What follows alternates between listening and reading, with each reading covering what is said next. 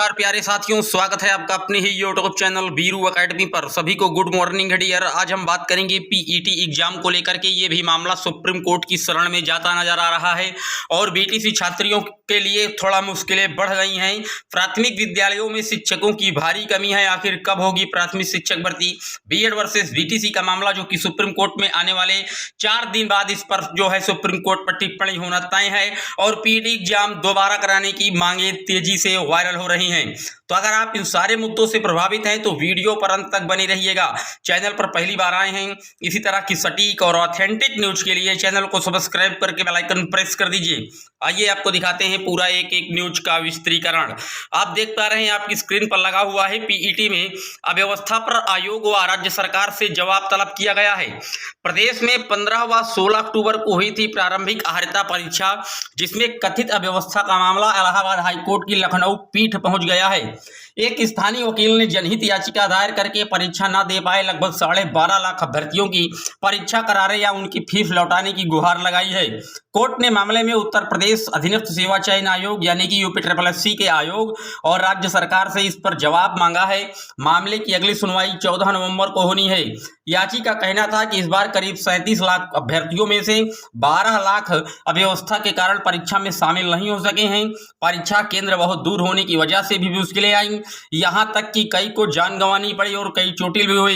याची ने इसकी न्यायिक जांच की भी गुजारिश की है। डियर, ये वही मामला है जिसमें जो कोई छात्राएं थी उनका भी जो सेंटर था वो 400-500 किलोमीटर जो है दूर लगाया गया था और आने जाने की व्यवस्थाओं में काफी ज्यादा दिक्कतें आई थी। इसी को लेकर के ये मामला जो है कहीं ना कहीं कोर्ट की दहलीज पर जा खड़ा हुआ है। अब देखने वाली बात होगी कि 12 लाख जो अभ्यर्थी परीक्षा में वंचित हो गए हैं उनके लिए क्या परीक्षाएं फिर से कंडक्ट करवाएगी सरकार या उनका जो पैसा है फीस है रिटर्न करनी पड़ेगी, देखने वाली बात होगी। बात कर लेते हैं अगली न्यूज की। तो आप देख पा रहे हैं आपके स्क्रीन पर एक रिट दिखाई जा रही है। ये रिट केस स्टेटस है, यह बीटीसी छात्रों के लिए है। बीटीसी छात्रों में कुछ छात्र ऐसे हैं जिनके लगातार बाइकें आ गई हैं और 3 बार बाइक आया है तो चौथे मौके के लिए वो कोर्ट में फाइल कर रहे हैं। अब आप देख लीजिए, बीटीसी अभ्यर्थियों जो एक ही सब्जेक्ट को 3 बार मौका मिल रहा है फिर भी वो नहीं पास कर पा रहे हैं, इसके लिए वो कोर्ट गए हैं कि हमें चौथा मौका दीजिए। तो बीटीसी साथियों की ये स्थिति है कि वो एक ही जो सब्जेक्ट है उसमें लगातार 3 बार जब बैक आ गया तो वो कोर्ट जा रहे हैं। आप देख पा रहे हैं 18 नवंबर को इसमें हियरिंग होनी है कि चौथा मौका उन्हें दिया जाए या ना दिया जाए। अगर यहां से सरकार उनको सुप्रीम कोर्ट या हाई कोर्ट में, यह मामला इलाहाबाद हाई कोर्ट में रिट किया गया है, अगर यहां से मामला उनको नहीं मिलता चौथी बार बैठने के लिए तो उनको जो बीटीसी की डिग्री होगी वो इनवैलिड हो जाएगी। साथियों, बात कर लेते हैं अगले मुद्दे की।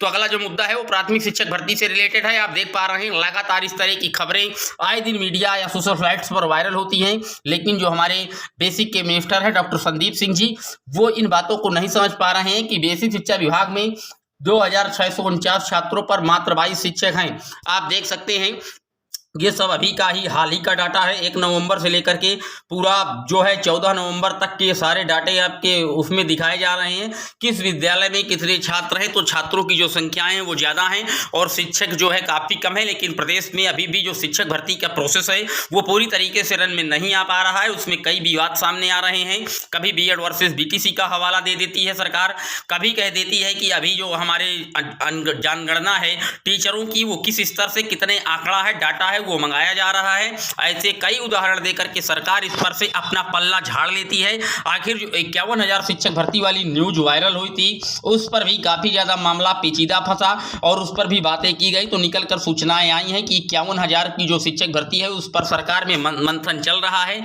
लेकिन उसके पहले जो बीएड वर्सेस बीटीसी का मुद्दा है वो सुप्रीम कोर्ट से सॉल्व होना पड़ेगा कि प्राथमिक में किसकी एलिजिबिलिटी होगी और इसके लिए भी 16 नवंबर को आने वाली इसी सप्ताह में सुप्रीम कोर्ट में सबसे बड़ा फैसला आना है और इस पर टिप्पणी होगी कि आखिर बीएड प्राथमिक में रहता है या केवल बीटीसी का दबदबा हो पाएगा। हालांकि बता दें जो बीएड है उसकी तरफ से एनसीटी और केंद्र सरकार लगी हुई है और तुषार मेहता इस बार जो है बीएड साथियों के साथ खड़े होकर के अपने जो सुझाव है वो सुप्रीम कोर्ट में मुहैया कराएंगे। लेकिन बीटीसी के साथ जो है वो जोधपुर हाई कोर्ट का दिया गया जो डिसीजन है वो काफी मायने रखता है। अगर उसी डिसीजन को जो है सुप्रीम कोर्ट सही मान लेती है तो बीएड साथियों पर खतरे की घंटी बज सकती है है और प्राथमिक से बीएड हमेशा के लिए फिर इनवैलिड हो जाएगा।